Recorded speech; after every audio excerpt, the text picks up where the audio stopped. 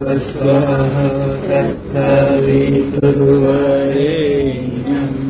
भर्गो देवस्य धीमहि धियो यो नः प्रचोदयात्।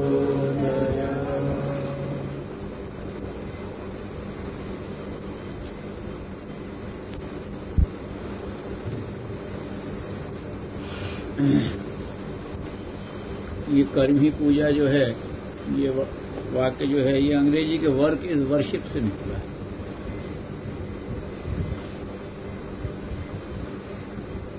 तो वहां यह आया वर्क इज वर्शिप, वर्शिप पूजा के संदर्भ में। लोग कई दफे से उपासना के संदर्भ में, वहां तो कर्म ही उपासना है।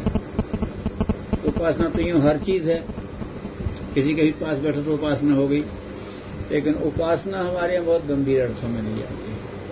पूजा ठीक है, पूजा नाम ही क्रिया का है। पूजा जो है वो क्रिया से संबद्ध है। पूजन किया, पूजा अर्चन, तो ये क्रिया से ही संबद्ध है। तो पूजा तो कर्म ही बन सकता है, उपासना बन सकता है, ध्यान बन सकता है, आराधना हो सकती है, लेकिन जहां पूजन बनेगा तो वो कर्म होगा। तो कर्म ही पूजा है। ये यूं भी ठीक है कि अगर पूजन करना है तो कर्म करना पड़ेगा, बिना कर्म किए तो पूजन तो हो नहीं सकता। और अगर उधर ले जाओ तो वो एक दूसरी बात है कि कर्म पूजा के भाव से होने लगे। पूजा कर्म है ही, ये बात तो ठीक है, लेकिन कर्म पूजा हो जाए ये एक दूसरी बात हो जाती है। अब इसमें कई बातें हैं। गुरुदेव ने जिस ढंग से कहा है, अगर उनकी उसको लें तो उन्होंने जो आराधना शब्द कहा है, अगर उनकी आराधना का कॉन्सेप्ट आप लेते हैं, उसकी अवधारणा अगर आप लेते हैं, तो वो क्या है? वो भी कर्म ही है, सेवा है, भज सेवायाम। तो जो गुरुदेव की आराधना, पूजा आराधना, तो आराधना का अगर भाव लेते तो वो कर्म ही, बिना कर्म की आराधना तो हो नहीं सकती। उपासना साधना तो आपने कर ली अपने जीवन में। उपासना भगवान के साथ भावनात्मक जोड़ जोड़ा, साधना अपने अंतरंग को आपने परिष्कृत किया, उसके लिए अभ्यस्त बनाया। अब कर्म करना है आराधना का, तो वो कर्म ही होगा और कुछ संभव ही नहीं। और दूसरे संदर्भ में क्या है कि आप कहेंगे तो यज्ञ क्या है? यज्ञ देव आराधन है कि नहीं? और यज्ञ कर्म है। तो यज्ञम वही श्रेष्ठतम कर्म, यज्ञ जो है श्रेष्ठतम कर्म को करते हैं। तो यहीं से ये सूत्र मिलता है कि अगर अपने कर्म को आप श्रेष्ठतम परिभाषा में ले आएंगे तो वो पूजा बन जाए।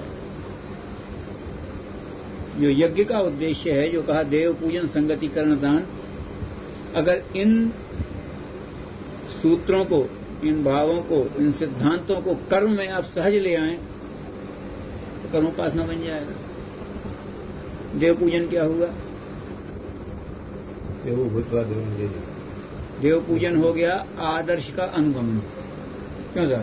ये तो कहेंगे देव वृत्तियों के नमस्कार करो तो उसका अनुगमन करो। तो आदर्श का अनुगमन अगर हो गया, देव शक्तियों का अनुगमन हो गया, तो ये ईश्वर आराधन भी हो गया। तो देखे ईश्वर क्या है? उत्कृष्ट आदर्शवादिता का समुच्चय। पूजा जब पूजा बनती है, इसका मतलब ये होता है कि उसके प्रति इतना लगाव। पूजन एक ऐसा कर्म है कि जिसके बगैर रहा नहीं जाए। आप आए, हम आपका सम्मान करते हैं, तो आपको नमस्कार किए बगैर रहा नहीं जाए है? तो पूजन तो एक ऐसा भीतर की एक फड़फड़ाहट से उपजा हुआ कर्म होता है पूजा। तो अभी तो पूजा ही पूजा नहीं बनी। पूजा में क्या स्थिति हो जाती है? आदमी अपने आपा को भुला देता है, जितने साधन है वो देव को समर्पित करता है, अपने आपे को भुला करके, अपनी आवश्यकताओं को भुला करके ऐसा करता है, तब वो पूजा होती है। भावना में एकदम डूब जाता है उसमें। और जब वो स्थिति आ जाती है तो फिर आदमी की इष्ट से एकात्मता होने लगती है। उस स्थिति में आके आदमी जब कर्म करता है, अच्छा, तो फिर यहाँ ये भी बात आती है कि पूजा क्यों जरूरी है? सिर्फ ध्यान से ही बात क्यों नहीं बनती? सिर्फ जब से ही क्यों नहीं बात बनेगी? पूजा भी करना क्यों जरूरी है? यहाँ ये बात आती है अपने विज्ञान के हिसाब से कि मनुष्य को अगर उस चेतना में डूबना है तो पूरी समग्रता से, तो मनुष्य के जितने भी पोटेंशियल्स हैं, जितने भी उसके पैरामीटर्स हैं, सब उसमें डूबे, जितने भी उसके पक्ष हैं। तो कर्म भी एक पक्ष है उसका, तो उसकी भावना, विचारणा और क्रिया सब उसमें समाहित हो, तभी तो पूरा डूबना हुआ, नहीं तो कैसे डूबे। आदमी ध्यान खूब करता, वो कहता कर्म करता है, तब उस समय उसको भूल जाता है, तो फिर कैसे भी डूबा कहें। और अधिकतर तो कर्म में डूबा है, इनको ये जब तक हम डूबेंगे वही तो, जब कर्म करते समय वो उसको भूल जाता है, तो आदमी का पूरा व्यक्तित्व तो उसमें कैसे डूबा। उस चेतना में अगर समग्रता से डूबना है तो कर्म में भी डूबना है, तो कर्म में भी मनुष्य उसमें डूबा रहे, इसके लिए वो पूजा रूप कर्म करता है, ईश्वरार्थ कर्म। तो जब ईश्वर के लिए ध्यान किया, ईश्वर के लिए जप किया, ईश्वर के लिए तप किया और ईश्वर के लिए कर्म किया, तो वो उपासना वाली, ध्यान वाली भावना उसकी कर्म में आने लगती है, और कर्म में वो भावना आए तो कर्म भी डूबने का अभ्यस्त होने लगता है, और जब कर्म उसमें डूबने का अभ्यस्त होने लगता है तभी यज्ञ बनता है, तभी पूजा बनती है, देव पूजन संगति कर्मदान के साथ। तो ये स्थिति आदमी करता है उस अभ्यास के लिए। तो समग्रता से अपने व्यक्तित्व को इष्टमय बनाने के लिए आवश्यकता है कि कर्म भी उसमें समर्पित हो जाए, इसलिए कहते हैं कि ये भी करो, पूजा भी करो, तो ये आवश्यक है। तो आदमी जब कर पूजा को पूजा के भाव से करने लगे, पूजा के भाव से करने लगे, उसको लगने लगे कि इसमें मैं थकता नहीं हूं, इसमें मैं चार्ज्ड हो जाता हूं। पूजा और कर्म में अंतर समझ में आता है। बैटरी जब पूजा करती है तो मतलब वो चार्ज होती है, और काम करती है तो डिस्चार्ज होती है, और दोनों करती रहे तो वो दोनों काम फिर हो सकता है। तो उसी में है सब। इंजन में बैटरी क्यों लगी है? चार्ज होने के लिए लगी है कि इंजन को चलाने के लिए? दोनों के लिए लगी है। दोनों काम एक साथ भी हो सकते हैं उसमें, अगर वो भाव बन जाए तो इसलिए ये है कि आदमी पूजन करता है तो वो चार्ज होता है, संतोष मिलता है उसको। तो कर्म में जो पूजन में उसे जो संतोष मिला, वो ही संतोष कर्म में लगने लगे। पूजा में जितने इष्ट के सामीप्य का उसको बोध हुआ, उतना ही कर्म में इष्ट के सामीप्य का बोध होने लगे, तब कर्म पूजा बने। अभी तो पूजा ही पूजा नहीं बनी। अभी पूजा में भी हमें काम की व्यस्तता, काम की थकान, काम का वजन का भान होता है। पूजा में जब हमें उपासना की तन्मयता, उपासना की शांति मिलने लगे, तब समझो वो पूजा बनी। तो पहले तो पूजा को ही पूजा बनाना है। जब पूजा बन जाए, फिर देखो कि यही चीज कर्म में फैल जाए, हमारा हर कर्म फिर उसकी तरफ पूजा भाव से अनुप्राणित होता जाए, तब कर्म ही पूजा बनता है। ये तो बहुत बाद की स्टेज है।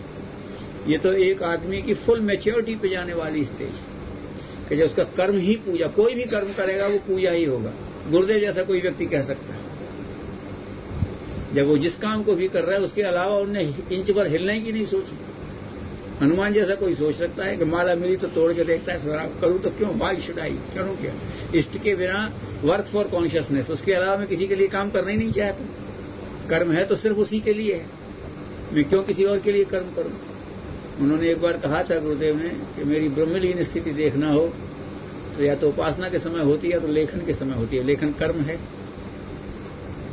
कर्म है, लेकिन उसमें उनकी वही स्थिति होती। और वो कह सकते हैं, उसका पता पड़ता है। वो आपने सुना होगा कि कोई वो आए थे 4 विषय के एमए, उन्होंने कहा कि साहब आप हमें स्टेनो बना दीजिए तो आपका काम जल्दी हो जाएगा, अगर मैं 4 विषय का एम हो। तो उन्होंने कहा था बेटा एक 8 विषय का एम आया था, वो भी यही कहता था, तो उसी को बना लेता। लेकिन मेरी दिक्कत ये है कि मैं खुद किसी का स्टेनो हूं, और मैं स्टेनो फिर किसी को स्टेनो बनाए, ये तो खराब बात है। वो बोलता है मैं लिखता हूं, तो एक वो भाव वो होता है, वो उस काम को नहीं छोड़ सकता। आप कहते हैं काम को वो कर लो, कैसे छोड़ देगा वो, उसका उपकरण है। कर्म से आप सोचते हो कि इसको मेहनत से बचा ले, वो खोजता है उसको छोड़ता नहीं। तो वो मैं कह रहा हूं कि उससे वो चार्ज होता है। तो ये स्थिति आती है तब मनुष्य का कर्म पूजा बनता है। वैसे पूजा कर्म ही है, कर्म के बगैर पूजा नहीं बनती। बनाई जा सकती है? हाँ, बनाई जाती है, साध्य होती है, और भी बहुतों ने बनाई है, हमने थोड़ी बनाई है। हमारे यहाँ वो जो उदाहरण दिए गए हैं, जो व्यास गीता के क्रम में आता हो, आपने कहानी सुनी होगी कि वो सन्यासी था तपस्वी, जिसकी धोती उसमें हवा में सूख जाती थी, और वो ऊपर से उसने पक्षी ने बीट कर दी, तो उसने गुस्से से देखा तो वो जल गया। तो उसे अहंकार हो गया कि अब तो मेरी बड़ी शक्ति हो गई है, तो ऐसे ही गया भिक्षा मांगने और वो माँ ने उस गृहस्थ के यहाँ मांगा। उसने कहा कि भिक्षा भगवती भिक्षाम दई, तो आवाजाई बेटा ठहर जा, थोड़ा मैं अपने सेवा कार्य कर लूं फिर आती हूं। तो उसने कहा अच्छा ये किसकी सेवा में लगी, जानती नहीं है कौन खड़ा है दरवाजे पर। ये इसके मन में भाव आया और उसने जवाब दिया वहां से, बेटे शांति से खड़े रहो, मैं कोई जंगल की चिड़िया नहीं हूं। कैसे उसने कहा इसे कैसे पता पड़ गया, छक पका गया। फिर वो आई, उसने देखा तो पति सेवा कर रही थी और कुछ नहीं कर रही थी। वो आई, उसने दिया, उन्होंने कहा बेटा अहंकार नहीं करना चाहिए, साधना तो अच्छी बात होती है, लेकिन माँ तुम्हें कैसे पता पड़ा? तो बेटा हमारी पूजा से ही हमको पता पड़ गया। तो कैसी पूजा तुम तो? माँ तो उन्होंने कहा यही पूजा है, हमें जो भगवान ने काम सौंपा है, एक पति सौंपा है, एक घर सौंपा है, हम उसी का मान करके करते हैं, तो हमें उसी की लगी रहती है, तो उसकी चेतना में हमारी गति हो गई। तो उसने कहा कि तो फिर ये बताइए वो बताइए। उन्होंने कहा बेटा हम तो अभी व्यस्त हैं, फिर तुम चले जाओ तुलाधार वैश्य के पास। वो तो तराजू लिए तोड़ रहा था, उससे भी फिर वही बात थी। उसने देखा, उन्होंने कहा आपको फलानी देवी ने भेजा है, आप वही सन्यासी है ना, अब तुम आप बैठ जाइए। वो बैठ गए। जब उसने सब लोगों को ग्राहकों को चला दिया, उसके बाद फिर उससे वार्ता की। फिर उससे बात हुई, तब फिर उसने उसके पास उसके कसाई के पास भेजा, धर्मव्याध, मुझे कोई शिवनाथ चांडाल कहता है, कोई धर्मव्याध कहता है, कि उसके पास भेज दिया। उन्होंने कहा अब और मुश्किल हो गया, अभी वहां भेज रहे हैं, लेकिन वहां वो कहते हैं व्याध ने। फिर जब बताया तो उसका नाम व्याध गीता के नाम से कहा जाता है। ये क्या था? ये सब वो थे जिन्होंने कर्म को उपासना, जिनने कर्म को पूजा बना लिया था। हमारे यहाँ जो सती शब्द कहा जाता है, वास्तव में वो नारियां हैं जिन्होंने अपने गृहस्थ को पूजा बना लिया था। सब सती वही है, सतवंती नारी है सब, ये सती है। उसने जो भी किया, कृष्ण ने कह दिया कि बेटी तेरे बहन तेरे मन से ये भाव निकला था, इसलिए ये पांचों अब तेरे पति हैं। तो उसने स्वरूप किया, ठीक है पांचों मेरे, कृष्ण ने कह दिया। उसको तो वो भी बड़ी भारी सती है, उसके मुंह से अगर शाप निकल जाता है तो गांधारी ने रोका, बस रुक जाओ, तुम कर क्या रहो हैं महाराज, आपको दिखाई नहीं देता तो आपको सुनाई भी नहीं देता। सती इतनी पीड़ित हो जाए कि शाप दे दे, क्या हाल हो जाएगा तुम्हारे राज्य का? हैं वो सूर्य तुमको ताप देना बंद कर देगा, नदियां तुमको जल देना बंद कर देंगे, तुम समझते नहीं हो। कहने के लिए होगी 5 पति वाली, लेकिन जिसने अपने कर्म को पूजा बना लिया उसकी वो स्थिति हो जाती है। तो कितने आपको सुनाए, वो है कि वो उसका अपने पति को लेकर के जा रही थी, एक सती कोड़ी था, और उसको कहीं उपचार के लिए ले जा रही थी, और वो कहीं उनको किसी ने सूली पर टड़ा रखा था एक संत को, तो वो हिल गए, अंधेरे में दिखा नहीं। तो उन्होंने कहा तू देखा मुझे पीड़ा पहुंचाई है, जिसकी वजह से, जिसकी तन्मयता में तूने मुझे मेरे ऊपर ध्यान नहीं। उसने कहा क्षमा करिए ऋषि, मेरा ध्यान पति की तरफ था, इसलिए। उसने कहा जिस तरफ तेरा ध्यान था उसकी वजह से तूने पीड़ा पहुंचाई, सूर्योदय के होते ही उसको प्राण त्याग देगा। उन्होंने कहा अगर ऐसी बात है तो सूर्योदय नहीं होगा, ये मैं कहती हूँ। हाँ शांडिल। तो उसने कह दिया, अब हाहाकार मच गया, सती ने कह दिया अब तो सूर्योदय नहीं हो सकता। ये क्या हुआ? ये कर्म को पूजा कराने वालों के सारे प्रसंग हैं हमारे, जिसने कर्म को पूजा बना लिया, सामान्य बात नहीं है वो स्थिति जिस आदमी की हो जाती। तो ये हमारे यहाँ उस धारणा को लोगों ने, सामान्य से सामान्य लोगों ने किया हुआ। बहुत सी कहानियां अपने लोक कथाओं में भी इस तरह की कहानियां बहुत सी मिल जाती हैं। होती है उसने किया और मुंह से उठाते होते पति ने बुलाया तो छोड़ के भागी, तो वो मुंह से उतनी देर रुक गया, तो करने के उसके बाद उस संत ने देखा। ऐसे तमाम वो है। ये कहने का ये है कि अगर उसको लाया जाए तो वो भाव आ जाता है। लेकिन ये बात नहीं, उपासना बिल्कुल अलग बात है, पूजा बिल्कुल अलग बात है, कर्म बिल्कुल अलग बात है। लेकिन उपासना के भाव से आदमी जब क्रियात्मक आराधना भगवान करे तो वो पूजन बनती है, और कर्म धीरे धीरे धीरे धीरे भगवान के लिए समर्पित होने लगे तो वो पूजा बनता है, और सारा कर्म समर्पित हो, कर्म ही पूजा हो जाए। फिर वो ये कह सकता है कि संतोष नहीं होता बिना पूजा किए, कर्म संतोष कर रहे हैं, ये हमारा कर्म की पूजा है, तो संतोष नहीं होता, क्यों नहीं होता? इसीलिए कि वो अभी बना नहीं, अभी वो बना नहीं, इसलिए नहीं होता। जब वो स्थिति बन जाती है उसमें देखो ये है कि ये वही बात है कि पूजा से छुड़ाने के लिए मन हो रहा है तो कहते हैं कि चलो अब तो हमने कर लिया, कर्म ही पूजा है। लेकिन जब वो स्थिति आ जाती दोनों में अंतर नहीं दिखता है। जब आदमी जब तक ये कहता है कि भगवान विष्णु और शिव एक ही है, वहां तक उसे विष्णु और शिव अलग दिख रहे हैं, दोनों को फिर एक बनाने की कोशिश करता है। वो कहता है जो है सो शिव ही शिव है, या जो है सो विष्णु ही विष्णु है, तो बात अलग हो जाती है। तो ये जब आदमी को लगने लगता है, कर्म हो जाता है, तो वास्तव में कैसे हो जाएगा? उसी के निमित्त है। आप कर रहे हो, आपको लग रहा है कि ये तो हम इसके निमित्त कर रहे हैं, उसके निमित्त कर रहे हैं, उसके लिए पूजा कैसे हो जाएगी? और जब बिल्कुल भीतर से लगे कि और किसी के निमित्त है ही नहीं सिवा उसके। तुलसी कह सकता है स्वांता सुखाय तुलसी रघुनाथ गाथा। स्वांता सुखाय की थी। स्वांता सुखाय क्यों की थी? इतना उन्होंने लिख दिया कि ऐसी खराब हालत देख करके और तुलसी का मन विचलित हुआ, इसलिए उन्होंने लोगों तक पहुंचाने के लिए राम कथा लिखी। और यहाँ कह रहे हैं स्वांता सुखाय तुलसी रघुनाथ गाथा। क्या मतलब हुआ? असल में संत का सुख जनहित में हो जाता है निसमाहित। उन्होंने देखा कि अब तक जनता को जब तक हम ये भवरोग की दवा नहीं दे देते तब तक हमें तो शांति है नहीं। तो उसकी शांति का विषय हो गया ना, है? तो राम रसायन जब तक लोगों को मैंने नहीं दिया, मेरा अंतःकरण शांत नहीं हो सकता। दुनिया का भला हो चाहे न हो, लेकिन मुझे तो लगा था मैंने सही औषधि लोगों को दे दी। इसलिए उन्होंने कहा कि मैं भाषा है शांता सुखाय तुलसी रघुनाथ गाथा भाषा निबंध मति मंजुल मातन होती। मैं भाषा निबंध करता हूं क्योंकि दुनिया संस्कृत समझती नहीं है और लोगों को इसकी जरूरत है। तो ये जो है कर्म को उपासना रूप में आराधना के ढंग से ये हो जाता है और बिल्कुल विशुद्ध हो सकता है अगर हम करें तो। लेकिन जो इस तरह से कहते हैं कि हमारा तो कर्म ही उपासना इसलिए हम पूजा कर्म ही पूजा इसलिए पूजा करने की कोई जरूरत नहीं, ये टालने का बहुत अंतर है। पूजा कोई मैंने कहा पूजा अभी पूजा ही नहीं बनी। जब पूजा बन जाए और उसके बगैर रहा ना जाए, पूजा बड़ी जबरदस्त होती है, उपासना बड़ी जबरदस्त होती है, उसका अभाव और भी जबरदस्त होता है। तो एक कहानी है इस्लाम की किसी उसमें है कि वो एक थे संत, तो वो शाम को सो गए और सूर्यास्त का समय हो गया। तो इबादत का वक्त होता है उनका, सूर्यास्त के समय वो करते हैं। तो एक व्यक्ति उन्होंने जगाया, उन्होंने कहा उठिए साहब आपकी नमाज का वक्त हो गया, इबादत का वक्त हो गया। उन्होंने कहा बहुत अच्छा किया, देखिए मैं आज चूक रहा था, आप बड़े शुक्रगुजार हैं। आपका परिचय? उन्होंने कहा परिचय बाद में पूछा, तुम भाई पहले अपना इबादत कर लो। उन्होंने कहा तो आप जान नहीं, आपका तो बड़ा वो है। उन्होंने कहा अच्छा ठीक है भैया मैं बैठा हूं, तुम कर लो। उन्होंने इबादत कर ली, फिर बोले क्या आप बताइए कौन? बोले देखो भाई अब तुम विश्वास नहीं करोगे, मैं बताऊंगा तो नहीं रहने नहीं बताओ। बोले मैं शैतान हूं। बोले तो शैतान है तो भी आपका शुक्रिया, लेकिन आप शैतान, आपका तो काम लोगों को इबादत से दूर करना है, आप मुझे जगा के इबादत करा रहे हैं, ये क्या गजब हो गया?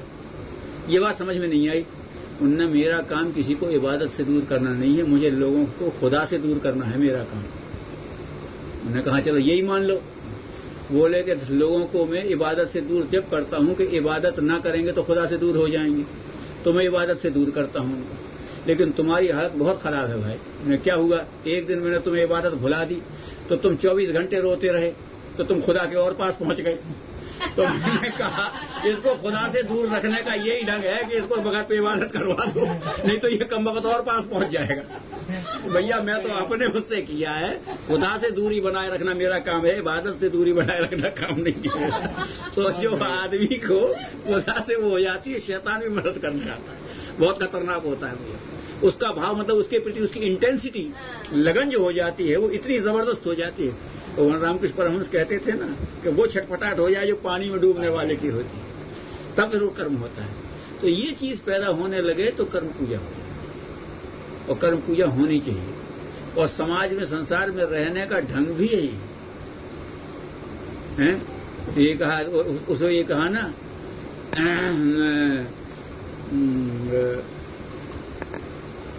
कर्माणि संयम त्यक्त्वा धनंजय, योगस्थ कुरु कर्माणि संयम त्यक्त्वा धनंजय। संगति छोड़ दो, उसके लिए काम करो। योगार्थ उससे जुड़ना इसलिए कर्म कर रहे हैं। तुम कहते हो मजा लेना इसलिए कर्म कर रहे हैं। हमारे सारे कर्म के पीछे क्या है? एक और बात कहना चाहता हूं आपसे, कर्म की मजेदार वो कर्मण्येवाधिकार अस्ते मां फलेषु कदाचन। लोग कहते हैं कि कर्म में तुम्हारा अधिकार है, फल में नहीं। लोग कहते हैं अच्छा बेवकूफी हो गई यार, बिना फल के कोई कर्म करता है क्या है? जब फल ही नहीं तो कर्म करेंगे काहे को? मैं एक दूसरी बात कहता हूं, ये सब गलत कहते हैं कि जो फल के लिए कर्म करते। आप देखिए फल को लक्ष्य करके जो कर्म करेगा तो वो तो सत्कर्म ही करेगा, फल को लक्ष्य करके नहीं करता है। क्रिया में जो सुख मिलता है उसके लिए कर्म करता है, क्रिया में जो सुख मिलता है और जो उसने छल करके जो सुख पाया था उसका फल तो बहुत दूर की बात हो जाती है। जैसे मैं कहता हूं जितने व्यसन हैं, सुरापान से लेकर के धूम्रपान तक, आदमी फल को ध्यान करके कर सकता है क्या? क्यों डॉक्टर साहब? करेगा ही नहीं। अगर ये समझे कि शराब पीने से फल क्या होगा, शरीर पर क्या होगा, मन पर क्या होगा, हमारी भावना पर होगा, तो बिल्कुल नहीं कर सकता। लेकिन शराब पीने में जो मजा आता है, आपको शराब पीते देखा, वो मजा अपने में पैदा करने के लिए वो शराब पीना शुरू करता है, फल को भूल के ही करता है। नहीं तो व्यसन तो कर ही नहीं सकता आदमी। पता है धूम्रपान से क्या होगा, अगर वो याद कर ले तो मजा किरकिरा हो जाए। मुजरा ले रहा है, किसी नाच रंग में आदमी रस ले रहा है, और अगर ये ध्यान आ जाए कि इसकी फल क्या होगा, तो सारा मजा ही किरकिरा हो जाए वहां। अगर वो ये समय याद दिला दिया जाए तो वो सारा मुजरा और ये जो खुराफात है ना, उसका सारा मजा ही मिट्टी हो जाए। तो वो मजे के लिए ज्यादा करता है। अधिकांश आदमी कर्म मजे के लिए कर रहा है, फल को सोच के ही नहीं कर रहा है। अगर कहता फल के लिए कर रहा है, फल को ध्यान रख के करे तो आदमी विवेक सम्मत कर्म करने लगे। आदमी कर्म में जो उसको सुख की अनुभूति होती है, रसानुभूति के लिए कर्म ज्यादा करता है। अब ये है, अब यहां आप आ जाइए कि रसानुभूति मनुष्य के अपने काबू में है। आप जहां चाहो वहां रस पैदा करना, ये मनुष्य के अधिकार में। इसलिए कह दिया कर्म तुम्हारे अधिकार में, फल तुम्हारे अधिकार में नहीं है। जो कर्म करोगे उसका फल अपने आप आ जाएगा वहां से, वो तुम्हारे अधिकार में नहीं है। सच्ची बात है। क्यों डॉक्टर साहब, हम क्या खाएं, क्या खाने में रस लें, ये हमारे है। हम दही बड़ा खाएं, चाट पकौड़ी खाएं, कि दूध पिएं, रबड़ी खाएं, वही है हमारे उसमें है। रस हम उसमें पैदा कर सकते हैं। प्याज से लेकर के मांसाहार में लेकर के चटनी चटपटी में से लेकर के सात्विक आहार में रस हम पैदा कर सकते हैं, ये हमारा अधिकार है। लेकिन जो हमने खा लिया, अब उस पर हमारा अधिकार नहीं। प्रतिक्रिया क्या होगी, वो तो जो होनी है सो होनी है। अब वहां अब आपका अधिकार समाप्त हो गया।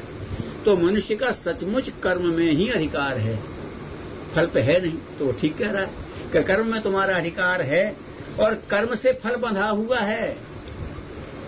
तो फल के हिसाब से कर्म का चयन कर लो, क्योंकि कर्म में तुम्हारा अधिकार है। कर्म एक कर रहे हो, फल दूसरा चाह रहे हो, ये तुम्हारी गलती है। तुम जो फल चाहते हो उसका करस्पॉन्डिंग कर्म कर लो, फल तो आएगा पीछे पीछे, स्वतः आना है। इसलिए कर्म में तुम्हारा अधिकार है, तुम्हारा अधिकार याद दिला रहा है, और कर्म के माध्यम से फल में भी तुम्हारा अधिकार हो जाए। लेकिन कर्म फल तुम्हारे अधिकार में है नहीं, वास्तव में कर्म तुम्हारे अधिकार में है। फिर तो वो ऑटोमेटिक सर्किट में आ जाएगा कर्म करते ही। ठीक है, तो ये तुम उसको लेकर के क्यों नहीं चलते हो?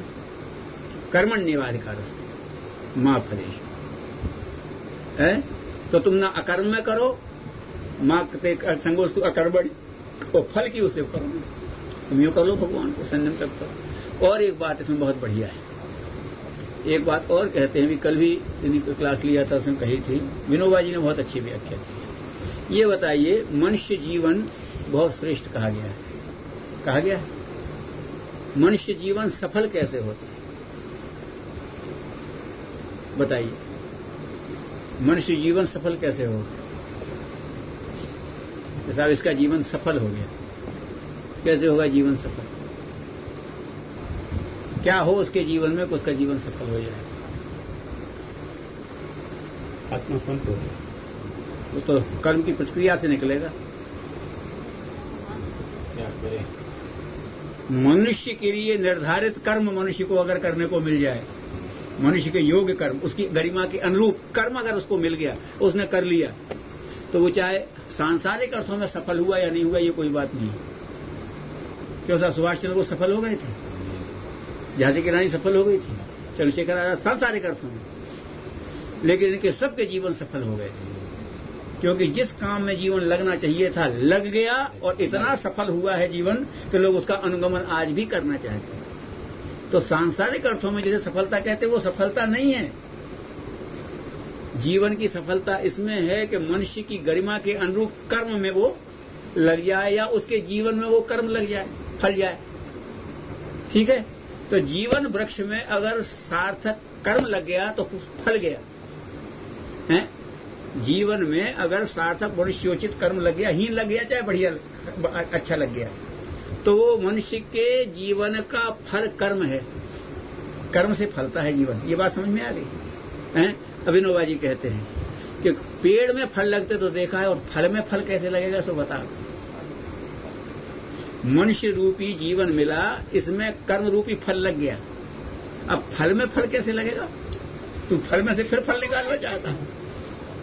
फल में से तो बीज निकलेगा, बीज से नया जीवन बनेगा तेरा, प्रारब्ध में जाएगा वो तो है। तो ये है कर्म जो है वो अपने आप में एक फल है। जीवन मिला और ये श्रेष्ठ कर्म में लग गया तो श्रेष्ठ फल हो गया, और हीन कर्म में लग गया तो हीन फल हो गया।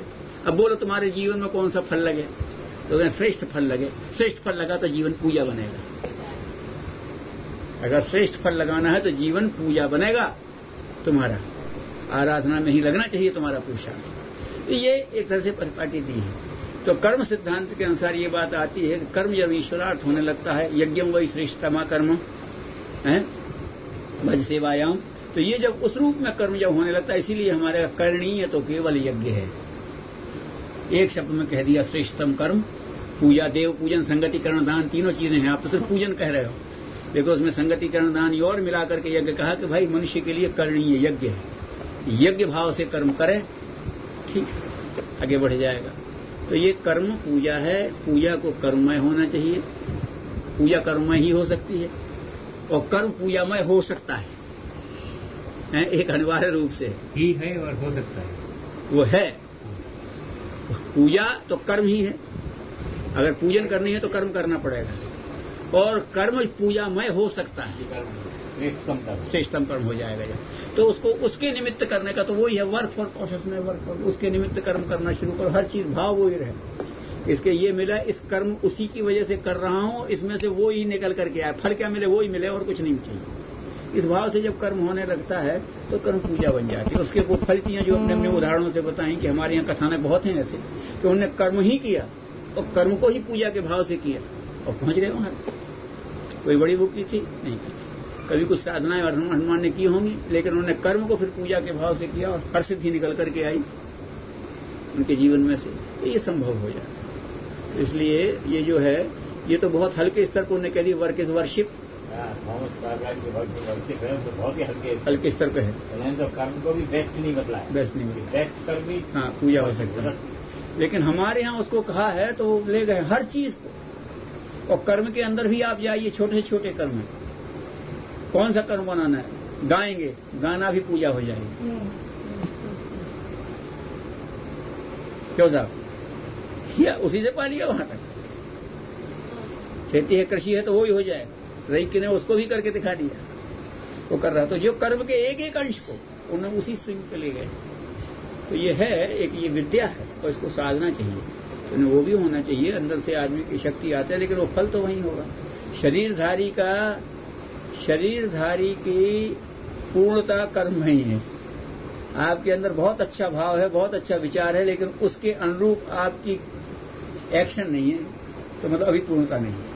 क्यों साहब, मैं बहुत बढ़िया भावना रखता हूं, बहुत बढ़िया मेरे विचार हैं, लेकिन जब करने लगता हूं तो मेरा वो पोटेंशियल नहीं है कि भावना और विचार मिलकर के मेरी क्रिया में वो चीज देखें। हैं? जब मैं आपसे कहता हूं, जब मैं आगे कहता हूं कि आइए बैठिए, तो मेरा चेहरा सपाट रहता है, इसका मतलब है कि कहीं मैच्योरिटी कम है, और नहीं तो वही मैं कह रहा हूं, कहीं कमी है उस पूर्णता में। लेकिन जब रामकृष्ण परमहंस किसी से कहेंगे माँ, तो बस उनके अंदर वो ही रोमांच आ जाएगा जो उधर आता था। इसको कहते हैं क्रिया में एकदम फूट करके आएगा वो तत्काल। तो शरीरधारी के लिए तो कर्म भी जब उसमें आ जाता तब वो बात बनती है, तो पूर्णता वहीं आती है।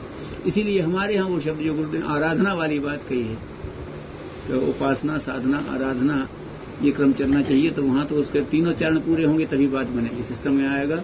ये नहीं है कि वो साहेब हो सकता है, ठीक है, संसार के हिसाब से कह सकते हैं कि कर्म थोड़ा सा आदमी की मलिनता को धो देगा और तो वो कर देगा, सहारक बन जाएगा, वो तो हो जाएगा। लेकिन वास्तवतः अगर उसको कर्म योग के हिसाब से लिया जाए तो कर्म पूजा होता है, कर्म को पूजा बनाया जा सकता है, क्योंकि पूजा अपने आप में एक कर्म ही है। इसलिए हर कर्म को पूजा बनाना। हर स्वर में संगीत है, संगीत माने स्वर, तो हर स्वर को संगीत में बनाया जा सकता है, ये साधना की बात है। लेकिन इतना से कि संगीत तो स्वर ही है, बिना स्वर के संगीत थोड़ी होगा। तो पूजा तो कर्म ही है, तो कर्म पूजा में ही हो सकता है पूरा का पूरा चरण।